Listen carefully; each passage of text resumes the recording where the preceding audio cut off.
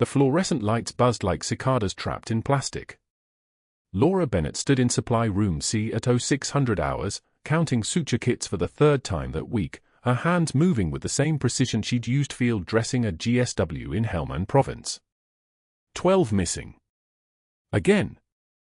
Same count as Monday.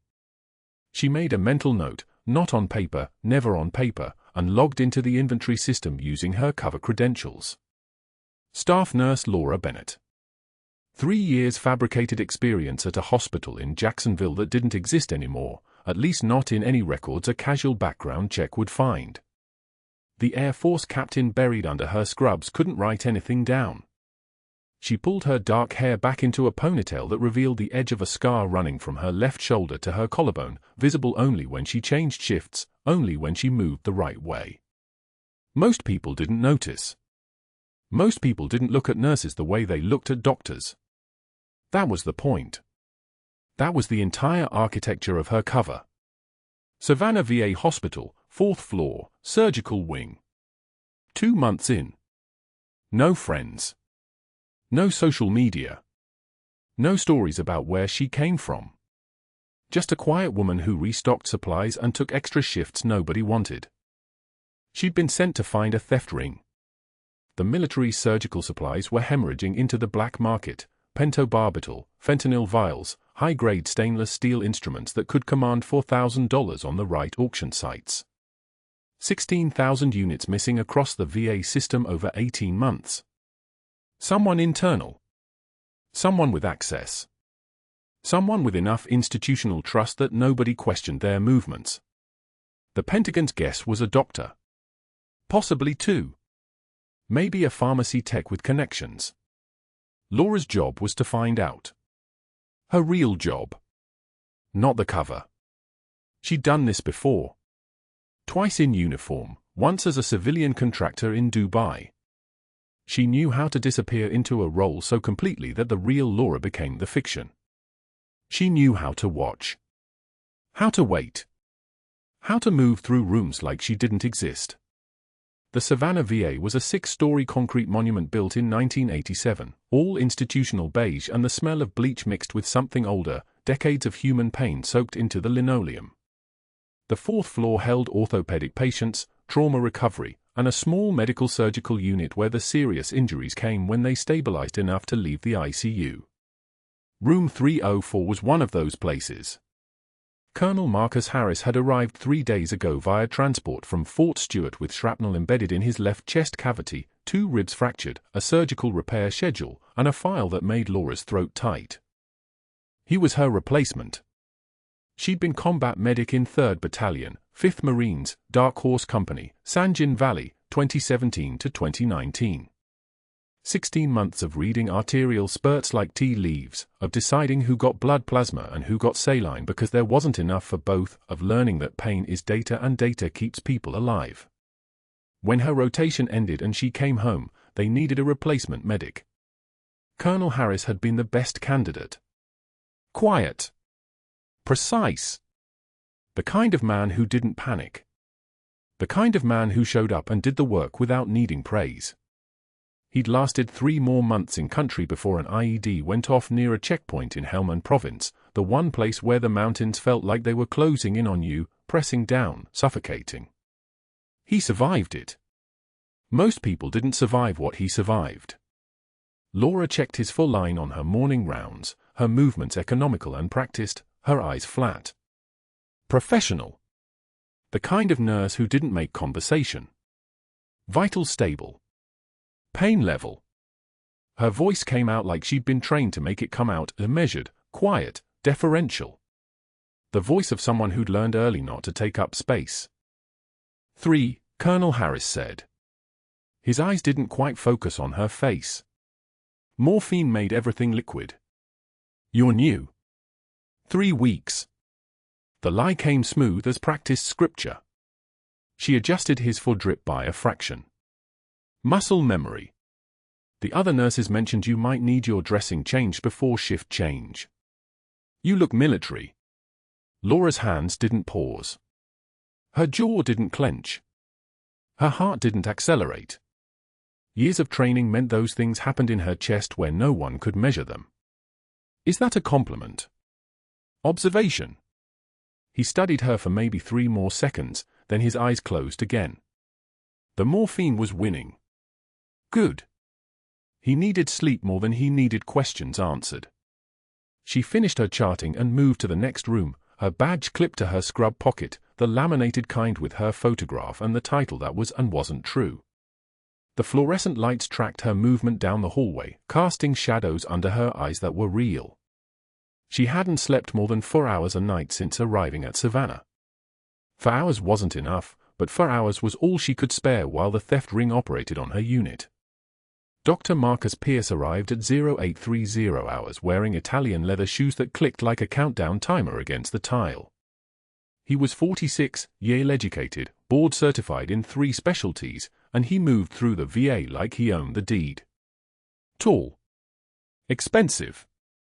The kind of face that never got told no, except once, somewhere, and it had calcified into a specific flavor of rage that he distributed to everyone around him.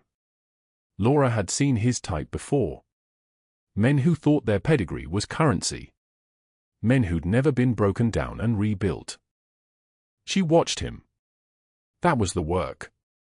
The actual work. Not the supply counting. Not the inventory logs. Watching. Understanding. Finding the places where the story didn't fit. Dr. Pierce spent 17 minutes in room 304 with Colonel Harris. He made notes on a chart he carried, not the hospital's electronic system, but a leather-bound notebook with a silver clasp.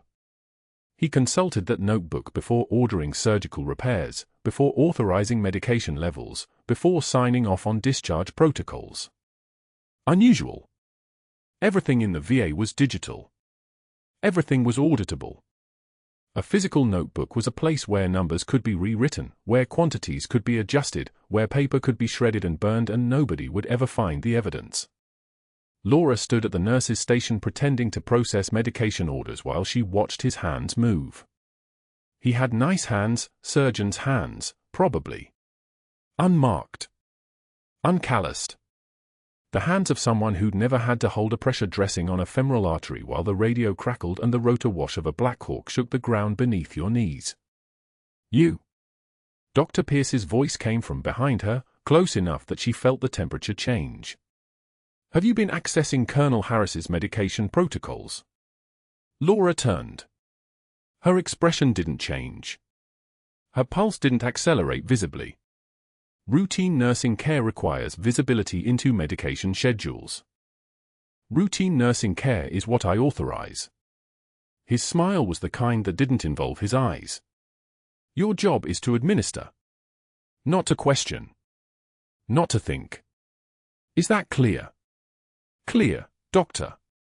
She'd been called worse. She'd been degraded in 7 languages. The word clear came out steady as a baseline on an EKG. He walked away. His shoes clicked against the tile in that countdown rhythm. Laura made herself count his footsteps, 1, 2, 3, 4, 5, until he turned the corner and disappeared into the physician's lounge. The break room at 1200 hours smelled like burnt coffee and somebody's reheated fish. Laura sat alone at a table by the window that overlooked the parking lot, her lunch pale and deliberate, turkey sandwich on wheat, carrot sticks, a bottle of water. Nobody else sat with her. That was by design. That was the best design. You didn't make friends on undercover assignments. You didn't create connections that could pull apart under interrogation. You remained a neutral presence, a background figure, someone the other staff members couldn't quite remember at the end of the shift. She pulled out her phone during the 12-minute break she took daily. The Pentagon was watching her location via GPS. The Pentagon was always watching. She had no messages and no missed calls, which meant nothing had changed on the larger picture. The theft ring was still operating. The supplies were still vanishing. The answer was still here somewhere, hidden in the infrastructure of this building. On the table beside her lunch, she'd placed a small object. A photograph, actually, worn at the edges, carried in her locker downstairs. It was a folded flag. The kind they presented to families when the soldier didn't come home. But this flag had come home. It had come home with her, wrapped around the uniform of a man named Morse, Lieutenant David Morse, combat medic, Dark Horse Company, who'd taken shrapnel in the femoral artery near Sanjin Valley and bled out in approximately 7 minutes despite everything Laura had done to stop it. He'd been her best friend in country. Colonel Harris had been his replacement. She traced the triangular fold with her index finger, touching the insignia without actually touching it. Pain is data. All the data you needed was wrapped up in that cloth. Someone had stolen from the VA, someone was stealing from soldiers. That made the theft personal in a way that institutional crime could never be. Institutional crime was an abstraction. This was a violation. This was someone betraying the uniform. She folded the photograph back into her scrub pocket just as one of the other nurses walked in. The woman, Kelly, maybe, or Casey, Laura never quite locked the names down, nodded without making eye contact and moved toward the refrigerator. That was fine. That was exactly right. Laura didn't need allies. She needed invisibility. But that invisibility had a shelf life. And somewhere in this building, in the supply logs, in the surgical orders, in the leather-bound notebook carried by a Yale-educated surgeon who thought he was clever, the answer was waiting to be found. She finished her sandwich in silence. The fluorescent lights buzzed. The clock on the break room wall moved from 12:07 to 12:08 to 12:09. Outside the window, the savannah heat pressed against the glass like something alive. She had 48 hours before her next check-in with her handler. 48 hours to either find the connection or admit the Pentagon's first theory was wrong. And that was when everything that came after would start. But that wasn't yet. For now, there was only the waiting. The watching. The weight of a folded flag carried in a locker downstairs, pressed against the uniform of a woman who was and wasn't a nurse, who was and wasn't who she appeared to be, who was running out of time in ways that nobody else could measure. Room 304 smelled like antiseptic and the ghost of yesterday's coffee. Dr. Pierce stood in the doorway with his shoulders back, his voice pitched to carry down the hallway like a man accustomed to rooms full of subordinates hanging on his words. Colonel Harris sat propped on pillows, his daughter Mrs. Walsh in the visitor's chair, her purse clutched against her lap. Laura was adjusting the fore-drip when Pierce entered, and she felt the temperature of the room shift the way you feel a weather change before the rain hits. "Mrs. Walsh, I wanted to speak with you personally about your father's care team." Pierce's tone was solicitous, concerned, the voice of a man about to perform an act of profound mercy. "We've had some questions arise regarding one of our nursing staff. This nurse has 0 advanced certifications, no ICU credential, no trauma specialty. She shouldn't be trusted with complex medication protocols for your father's condition." The lie was perfect. Precise. A lie that would have been impossible to refute without revealing certifications tied to a rank that didn't officially exist at this hospital. Laura kept her hands moving, checking the drip rate at 120 milliliters per hour, her jaw clenching once, just once, then releasing. She did not look at Mrs. Walsh. She did not acknowledge Pierce's voice at all. She made herself into the background, the way a trained operative becomes invisible in a crowded room. "I've reviewed her background extensively," Pierce continued, turning slightly toward Laura now, making sure she could hear every word. Nursing appears to have been a fallback career after certain other failures in her professional history. Seattle General, for example, had some concerns about her judgment under pressure. That was the first domino. The lie about Seattle General was constructed with the precision of someone who understood that the smallest fabrication, repeated enough times, becomes accepted fact. Laura's hands remained steady. Her breathing remained even. But inside her chest, something calculated the vector of this attack, the damage radius, the number of people he'd already poisoned against her with that single invented detail. Mrs. Walsh's expression hardened like cooling concrete. She pulled her chair 3 inches closer to the hospital bed, 3 inches away from Laura's side of the room. The message was unmistakable. The damage was done in seconds. Pierce left with the satisfied look of a man who had just solved a problem. Laura finished her checks, heart rate 68, blood pressure 142/89, oxygen saturation 97% on room air, and excused herself with a nod, not words. Words were weapons she couldn't afford to draw in front of witnesses. By Tuesday afternoon, the break room had become a study in subtle cruelty. Laura carried her turkey sandwich and sat at the corner table where she always Saturday. Within 90 seconds, Nurse Jenkins and 2 residents stood abruptly, their conversation dropping mid-word, and relocated to a table across the room. The fluorescent lights buzzed overhead like mechanical insects. Someone laughed. It wasn't directed at anything Laura had said. It was directed at her presence. At the fact that she existed in the same space. She ate her sandwich anyway. She didn't rush. She didn't pretend not to notice. She simply existed in the room the way a rock exists in a river, present, unmoved, irrelevant. Thursday morning, someone had posted her name on the unit disciplinary board. The write-up was printed in bureaucratic font, Laura Bennett, unauthorized patient assessments, code 4.7.3, patient safety review required. The notice was visible to every staff member who walked past the nursing station. There was no substance to the charge. There was no way it could be traced back to Pierce specifically. It was distributed across the entire system like bacteria, impossible to contain, impossible to remove without calling attention to the removal. The rumors accelerated. She'd been fired from Seattle General for negligence. She couldn't handle pressure.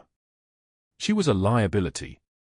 One nurse mentioned overhearing her whispering to herself in the supply closet, instability, the implication went, the kind of thing you noticed when someone was falling apart. Another said she'd seen Laura's hand shaking while drawing blood. Pierce had scattered these seeds deliberately, and they had taken root in the soil of natural hospital gossip, where they could grow unchecked. Friday morning, the surgical team was prepping for an elective splenectomy. Laura handed Dr. Pierce the surgical chart, her movements precise, her voice neutral. Labs are back, doctor. Hemoglobin stable, coagulation panel normal. Pierce took the chart without looking at her. Butterfingers, he said, loud enough for the residents to hear, do try not to drop anything important. Like a patient. He smiled. It was the smile of a man executing a practice maneuver. The residents laughed, the nervous laughter of people who understood the hierarchy and wanted to remain on the correct side of it. Laura returned to her supply inventory. She logged in the surgical trays, counted the sutures, marked the controlled substances. Her handwriting was steady. Her face was composed. But when she stepped into the supply closet, a narrow space lined with metal shelving and the chemical smell of sterilization, her hands finally shook. Not from fear. From the specific kind of trembling that comes from restraint, from holding a response inside yourself like holding back a tide with your bare hands. She gripped the metal shelf. Cold. Solid. Real. Her breathing slowed. She counted, for in, hold for 7, out for 8. A technique learned in a different uniform, in a different country, where the stakes had been measured in blood instead of hospital politics. The shaking stopped. Her hand steadied. What they didn't know was what Laura had discovered in Pierce's files. Orders placed under his credentials for surgical supplies, orthopedic plates, high-grade titanium implants, specialized surgical instruments, that disappeared before they ever made it to the operating room. The paperwork was perfect. The documentation was flawless. The supplies were gone. She'd mapped the pattern across 6 months, tracked the discrepancies down to specific dates and quantities. Pierce wasn't just bullying her. He was running a systematic theft operation, and every moment she spent investigating was a moment he spent neutralizing her. She couldn't confront him. Confrontation meant revealing her presence, her purpose, her real identity. Her investigation had 2 months left, and the supply theft ring was still operating. That meant she needed to stay embedded. She needed to remain invisible, needed to absorb the contempt and the rumors and the public humiliation without breaking, without giving him the satisfaction of seeing her crack. The metal shelf was cold against her palms. Her jaw was tight. She thought of the folded flag downstairs in her locker, the one from Lieutenant Morse, from Helmand Province, from the man Colonel Harris had replaced before taking shrapnel to the chest. She thought of the reason she was here, the reason she could endure this. Then she stepped out of the supply closet, counted off her paperwork, and prepared for the next shift. The break room would clear when she arrived. The disciplinary board would accumulate more entries. The rumors would multiply. And she would absorb all of it with the composure of someone who understood that true strength was not visible. True strength was what happened when you smiled at someone while they tried to destroy you, and you didn't let them see what you were really made of. At 0200 hours, she would check on Colonel Harris during her rounds. She would find him gasping, his chest caved inward, his trachea deviated, a tension pneumothorax, acute and lethal if untreated.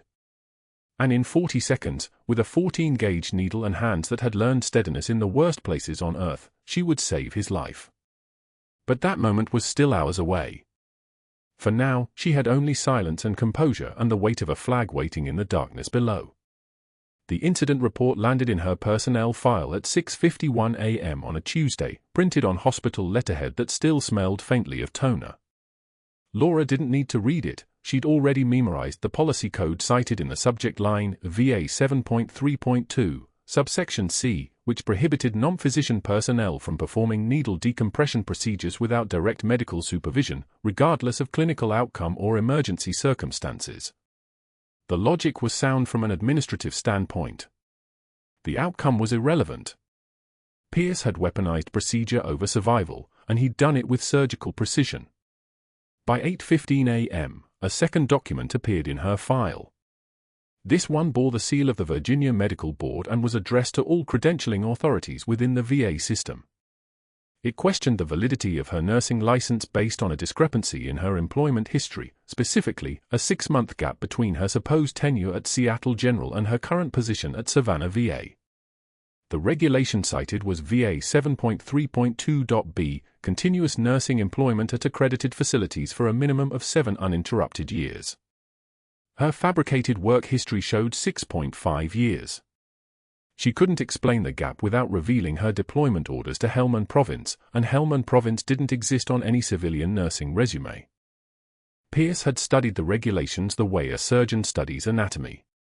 He knew exactly where to cut. The hospital's legal department sent her a meeting request for 2:19 p.m. Laura stared at the calendar notification, then at her hands, steady hands that had inserted 3 18-gauge 4s that morning, hands that had drawn morning labs from 17 patients, hands that had helped an 84-year-old man stand for the first time in 4 days. Those hands would be represented by 2 lawyers whose job was to explain why those hands couldn't be trusted. The waiting room outside HR smelled like industrial carpet cleaner and desperation. Laura sat in a chair that squeaked when she shifted her weight, the sound cutting through the fluorescent hum above. 2 attorneys in charcoal suits, 1 male, 1 female, both with the kind of practice neutrality that came from saying no to people for a living, gestured for her to sit.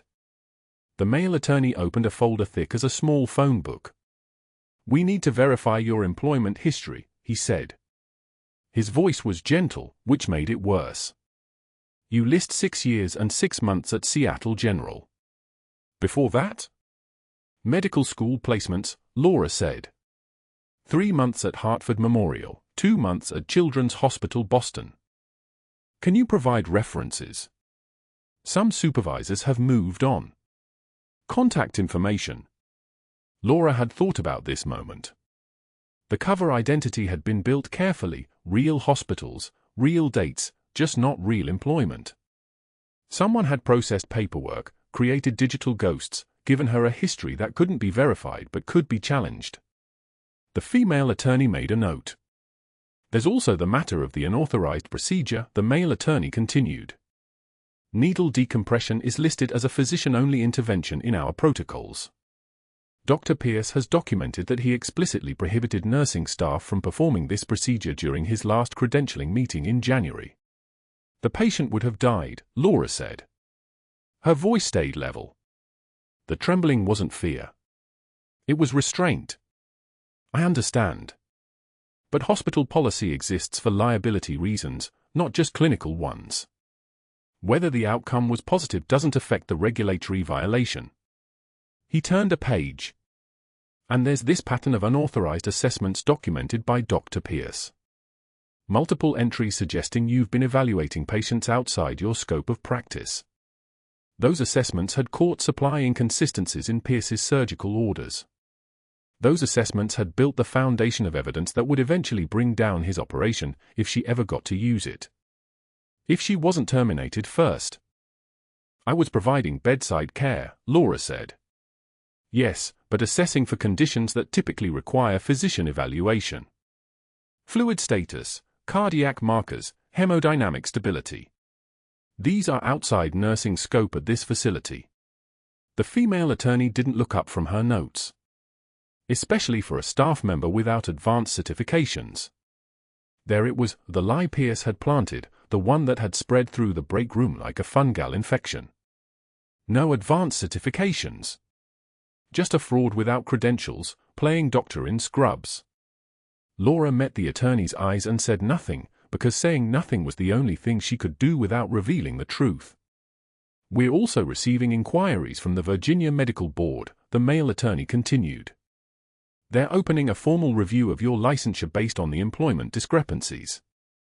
That's separate from our internal process, but it affects our timeline. What's the timeline? Laura asked.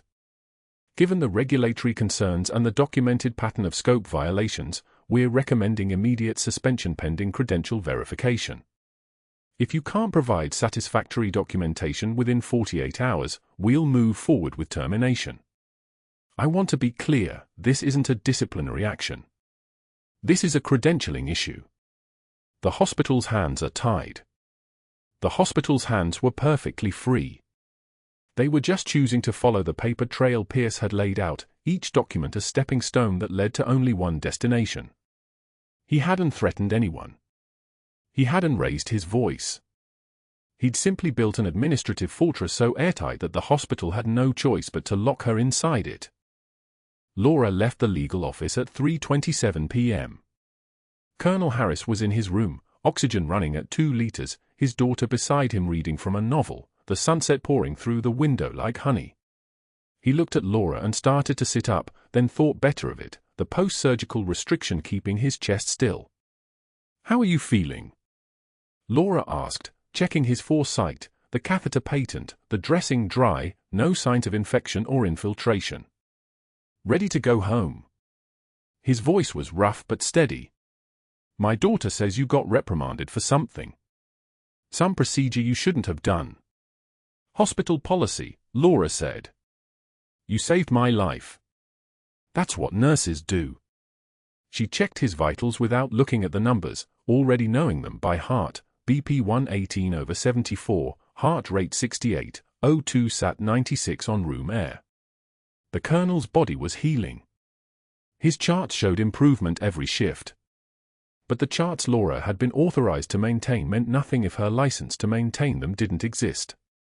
She called her handler from her car in the parking lot, the cell phone encrypted on a line that didn't appear on any bill. The sun was dropping behind the tree line, painting the sky in shades of amber and rust. "It's Bennett," she said. "Go ahead." Her handler's voice came through like a radio transmission, present but distant, a signal from a world that still existed outside this parking lot. "I'm losing my credential cover. Pierce filed complaints with the medical board. I've got 48 hours before the hospital terminates me. What's your operation status?" 2 months in. 6 months planned. The supply theft ring is still operating. I have dates, vendors, 2 encrypted drives of evidence. But if I blow my cover now, the investigation collapses. No prosecution. No disruption. Just 2 months of my time and whatever Pierce's buyers were planning to use those supplies for. The line was silent for 17 seconds. She counted them. "Your call, Captain," her handler said finally. "You stay, you risk termination and credibility destruction. Might get fired anyway before the case closes. Or you pull out, hand the evidence to NCIS, let the investigation transition to active duty. We lose momentum, but you keep your career." If I pull out, Pierce gets away with it for another investigation cycle. Maybe longer. Probably. But you'll still have a career when it's over. Another pause. I won't order you either way. Laura watched Pierce exit through the main entrance of the VA hospital at 4:23 p.m. His briefcase swung at his side, leather catching the light. He'd won. The paperwork had finished what his rumors and public humiliation had started. By morning, HR would deliver the formal notice. By Friday, she'd be gone, and Dr. Pierce could return to his work without anyone asking questions about where the surgical supplies were actually going. She called back at 5:01 p.m. I'm staying in, she said. 2 more months. Let it play out. Understood. Your handler will adjust extraction protocol. The phone went dead. The termination notice arrived at 6:24 a.m. on Wednesday, exactly 24 hours after the incident report. It was printed on the same hospital letterhead, sealed in an envelope that felt heavier than paper should feel. Effective in 48 hours, pending credential verification through the Virginia Medical Board. The hospital would maintain her health insurance for 60 days. They would provide a letter of separation. They would not be providing references. The break room was empty when she arrived for her shift. It had been empty every day that week, a small miracle of timing, one where every staff member seemed to take breaks at exactly the moment she entered. Today, though, the silence felt different. It had weight now. It had consequence. By Friday, she would be the nurse who'd violated protocol, who'd been fired for scope creep, whose credentials couldn't be verified. The staff who'd heard rumors now had confirmation that the rumors were true. Laura took her assignment sheet from the charge nurse, a woman named Cynthia who'd stopped making eye contact 3 days ago, and headed toward her patient's rooms. Colonel Harris was waiting, his daughter not yet there, the morning light soft through the window. He was sitting up in bed, which violated his restriction, but surgeons always thought the rules didn't apply to them. Tell me what happened, he said. I can't do that, sir. The hell you can't. I'm awake enough to understand. Someone's trying to destroy you, and it's working because you're not defending yourself. Laura adjusted his full rate. The orders called for 100 milliliters per hour, maintaining hydration without fluid overload. Medical math. Everything quantifiable, everything provable, everything she was about to lose the legal authority to do. I can't defend myself without compromising something more important, she said quietly. The colonel studied her the way he must have studied combat medics in the field, looking for injuries that didn't show up on x-rays, damage that only revealed itself in the way someone moved. You've been in this situation before, he said finally. It wasn't a question. Yes, sir. And how did it end? She didn't answer.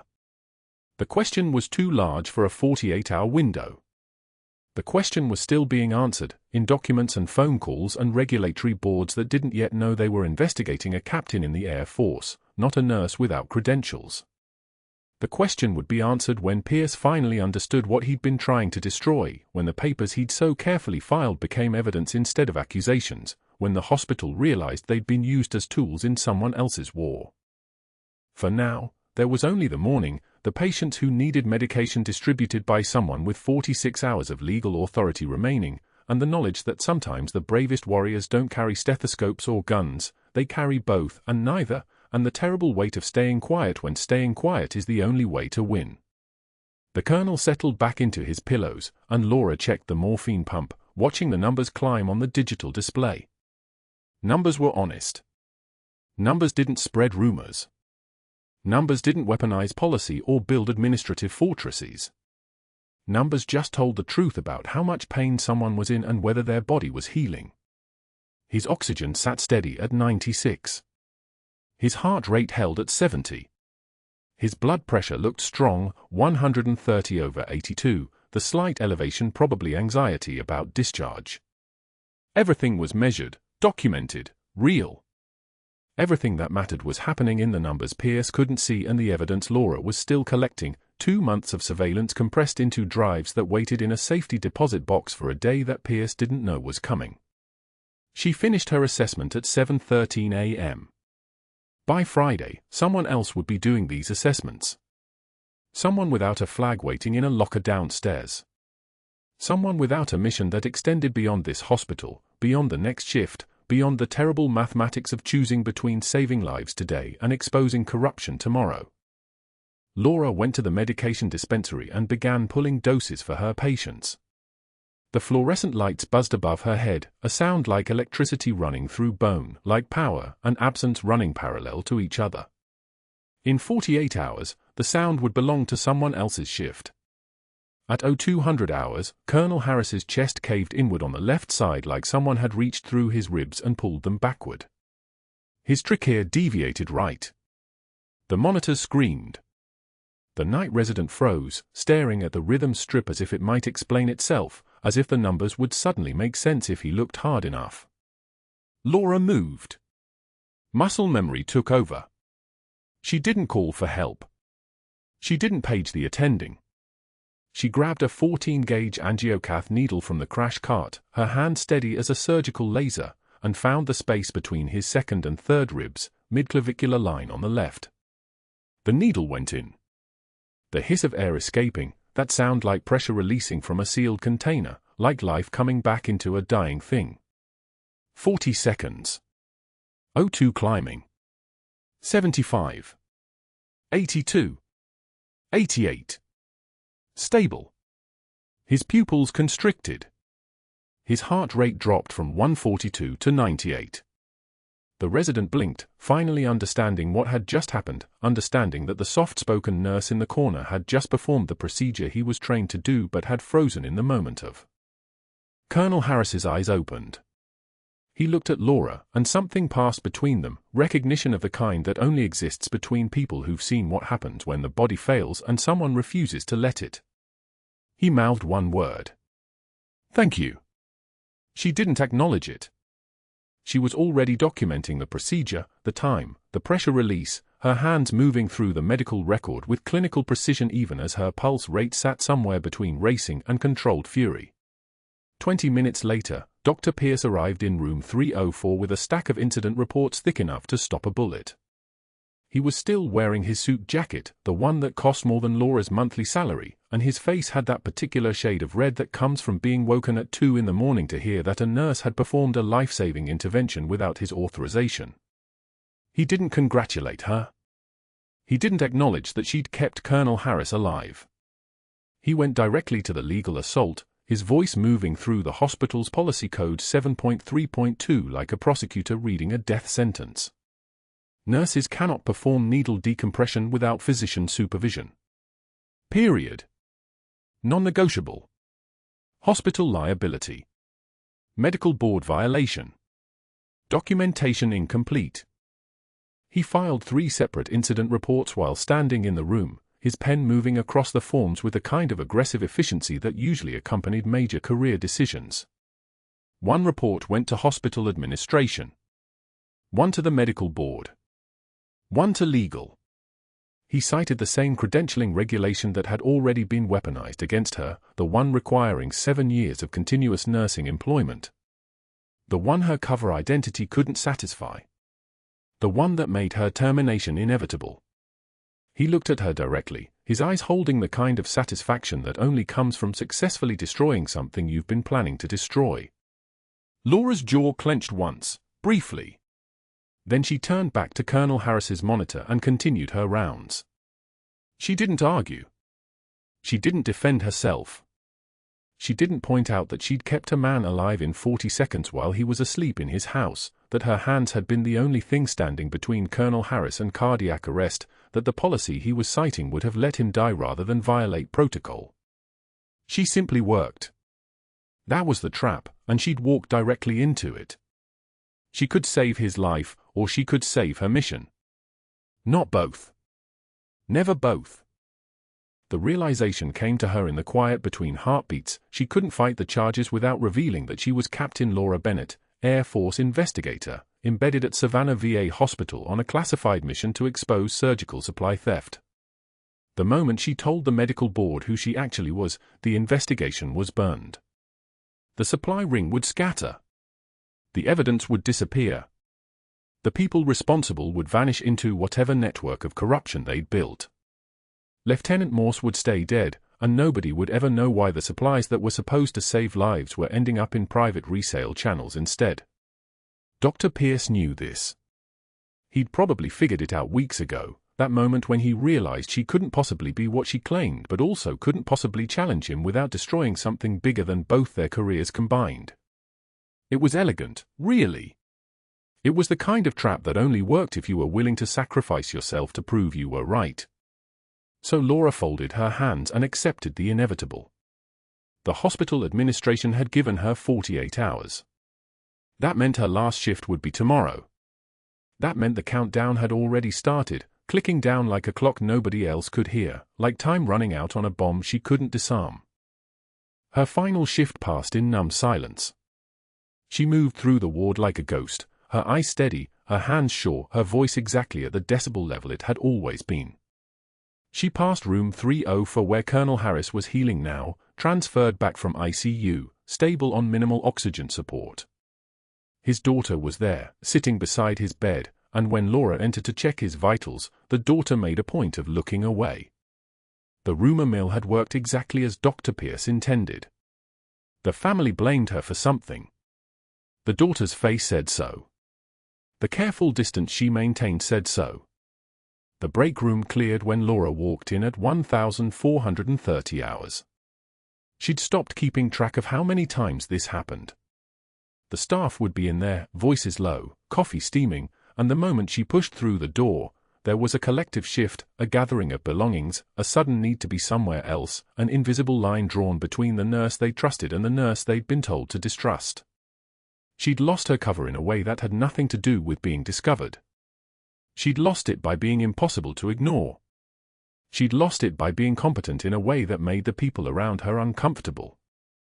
By 1400 hours, she stood in the hospital laundry room on the basement level, the same sterile room that smelled of detergent and industrial heat, the hum of commercial dryers providing a baseline of white noise that covered everything else.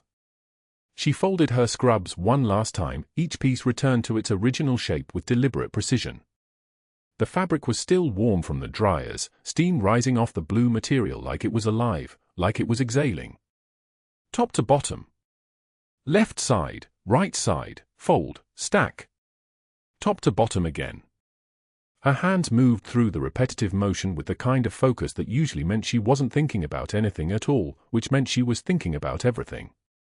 The folded flag was in her civilian backpack upstairs. The one from Lieutenant Morse's funeral. The one that had been sitting in her locker this entire time, hidden beneath her civilian clothes, a piece of someone else's ending.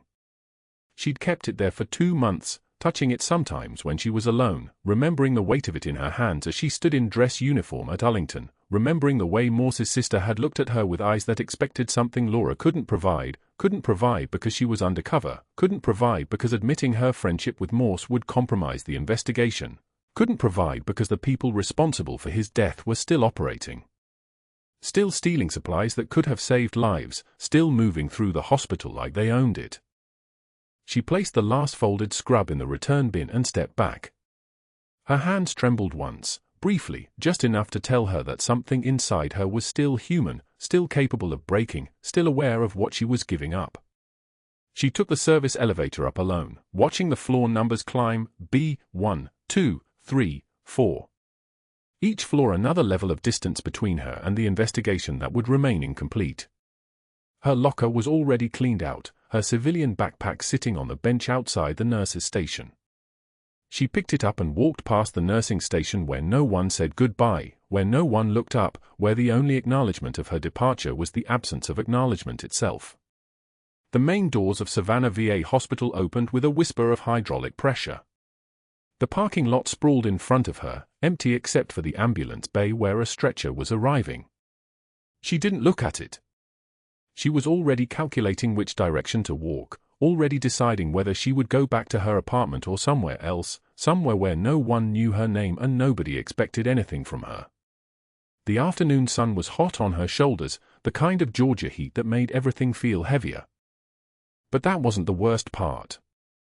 The worst part was that at that exact moment, as Laura pushed through the parking lot doors, the stretcher was being wheeled into the hospital carrying a sedated patient scheduled for emergency gallbladder surgery. And the man on that stretcher had spent 7 years in Helmand Province. He'd fought for the Taliban. He'd surrendered to United States forces, then spent 3 years in a refugee processing center, and now he was here, in Savannah, at this specific hospital, receiving emergency medical care for a bleeding ulcer that had almost killed him. His eyes began to open just as Laura's figure disappeared into the parking lot. The sedation wore off faster than it was supposed to. He sat up against the restraints, his body convulsing with the kind of panic that comes from waking up in a strange place surrounded by people you don't recognize. The Marine corporal escorting him moved to restrain him gently, but the man wasn't looking at the corporal. He was looking at the doorway where Laura had just passed through. His hand came up, pointing, trembling with something that looked like recognition and terror and disbelief all at once. He whispered one word in Pashto. Just one. The word that had meant something different to him 3 years ago, when she was something other than a nurse in a VA hospital, when she had a call sign instead of a name, when her hands held more than just a stethoscope. He whispered, Artemis. The Taliban fighter's eyes snapped open the moment Laura passed his door. Sedated for gallbladder surgery, still groggy from anesthesia, he sat up on his elbows and pointed. His hand trembled. His voice dropped to a whisper in Pashto, and the single word hung in the hallway like a rifle shot, Artemis. Colonel Harris was standing 3 feet away, reading a post-operative chart. He turned. His head tilted slightly, the way a predator's does when it catches a scent on the wind. He didn't ask what the word meant. He didn't need to. The way the translator's face had gone white, that was all the confirmation he required. Corporal, Harris said to the young Marine escort standing at attention near the nurse's station. Not a request. A command. Read her citation. Now. The Marine's jaw tightened. He glanced at Laura. She didn't move. She didn't acknowledge him. She continued walking toward the medication cart as though the colonel had commented on the weather, but every muscle in her body had locked into combat readiness, the kind of stillness that comes from 16 months of learning that movement draws fire. The Marine's hands shook slightly as he pulled the folded papers from his uniform pocket. His voice cracked on the first word. Silver Star. Awarded to Captain Laura Bennett. For extraordinary heroism in connection with military operations against an armed enemy. He paused. Swallowed hard. Extraction of 4 wounded soldiers under sustained enemy fire. Helmand Province. Operation, his voice fractured. He cleared his throat. Operation Enduring Freedom. 16 months of continuous combat deployment. The hallway had gone quiet. Not the quiet of an empty corridor. The quiet of people holding their breath. Laura heard the fluorescent lights humming overhead, that particular electronic drone that lives in every hospital in America. She heard the ventilator wheeze from a patient room 3 doors down. She heard her own heartbeat, steady and controlled, the rhythm of someone who had learned not to panic when the world tilted sideways. The elevator doors opened at the far end of the corridor. A man in Air Force dress blue stepped out, pressed uniform, medals across his chest like a constellation of violence and service. 2 stars gleamed on his shoulders. A general. He looked at the Marine reading citations in the hallway. He looked at Colonel Harris. He looked at Laura, who was still holding a medication cup like her life depended on maintaining the fiction of normalcy. The general walked toward them with the kind of presence that made the air pressure change. He didn't salute. He didn't speak. He simply stood beside Laura, reviewed the papers the Marine was holding, and raised his right hand to his forehead in a salute so formal and precise it could have cut glass. He held it there, unmoving, acknowledging decoration she had never worn in public, honors no one in this hospital was supposed to know she carried. His radio crackled. Then again. Then again. Each time, a different voice. Pentagon. NCIS. FBI. The same message repeated, activate. Investigate. Pierce. Now. An agent arrived within 14 minutes. Then another. Then 3 more, moving through the hospital with the kind of purposeful efficiency that made the staff scatter like birds. They went straight to Dr. Pierce's office. They didn't knock. They produced warrants and opened filing cabinets with the kind of methodical precision that Pierce had never learned to recognize as a death sentence. The surgeries that didn't exist. The supply orders that balanced perfectly on paper but never arrived at the departments that requested them. The credentialing board signatures that didn't match the actual certifications database. The 7 continuous years of verified nursing employment that Laura's cover identity couldn't prove, because Pierce had forged the state board's letterhead when he filed her termination paperwork, fabricating federal documents to accelerate her removal. An agent found the emails. 43 of them between Pierce and a medical supply broker in Delaware. Quantities. Prices. Hospital order codes. The mathematics of theft, documented in plain language because Pierce had believed himself invincible. Because his Yale diploma and his family's country club membership and his confidence that no one would dare question a physician had made him careless. They read him his rights in the break room. Not in his office. In the break room, in front of the entire nursing staff, the same place where they'd avoided sitting near Laura for 3 weeks because Pierce had told them she'd been fired from her last hospital, couldn't handle pressure, wasn't qualified to manage complex protocols. Nurse Jenkins wouldn't meet Laura's eyes as the handcuffs went on. Neither would Dr. Morrison, or the respiratory therapist, or any of the others who'd smiled when Pierce called her Butterfingers during rounds. They walked him out past the emergency department, past the patients waiting in gurneys, past the paramedics wheeling in a trauma case. His Yale diploma hung in his office. His country club membership card was still in his wallet. His confidence that the system would protect him lasted exactly as long as it took to reach the parking lot. Then the FBI vehicle pulled away with him in the back seat, and the summer heat settled over Savannah like a shroud. The general found Laura on the hospital steps as the sun began its descent toward the horizon, painting everything in shades of orange and gold. He didn't speak. He simply gestured toward the parking lot, and Laura turned to look. 200 soldiers in Air Force dress blues filled the pavement, arranged in perfect formation. Not scattered. Not casual. Military precision, every uniform pressed, every medal glinting in the dying light, every face forward. Colonel Harris stood at the front of the formation. His chest bore 5 rows of decorations, some from the wars he'd served in, some from the life he'd saved in a VA hospital bed. His right hand was at his side, holding something folded into a perfect triangle of blue and white and red. The flag. The one from her locker. The one she'd carried for 3 years after Helmand Province, the one that had wrapped around Lieutenant Morse's casket, the one she'd folded with her own hands and kept close because it was the only part of him she could still touch. Laura walked down the steps without speaking. Her hands were steady. Her breathing was controlled. She was every inch the captain she'd never publicly been, the officer who had seen 18 of her closest teammates flag draped and carried to waiting aircraft, the woman who had learned that composure is a kind of mercy you give yourself when everything else is broken. Colonel Harris held the flag toward her. She took it, feeling the weight of it, the way the fabric carried memory in its folds.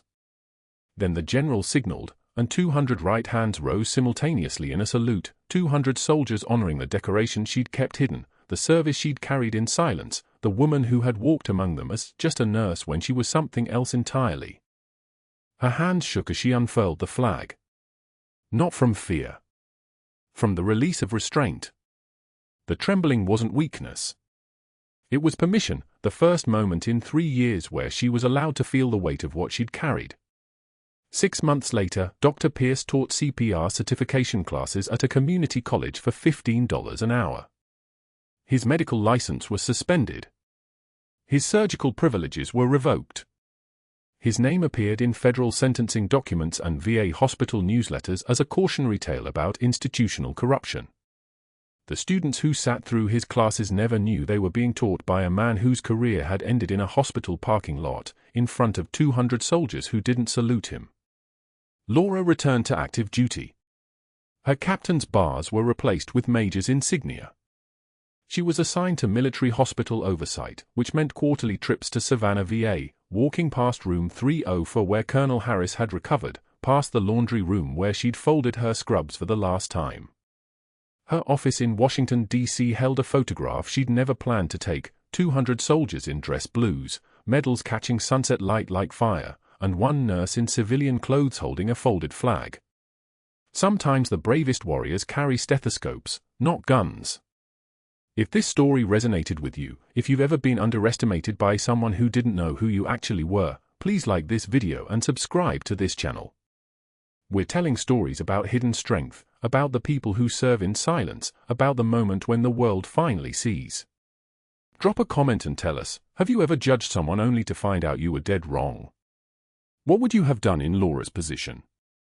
Thank you for watching.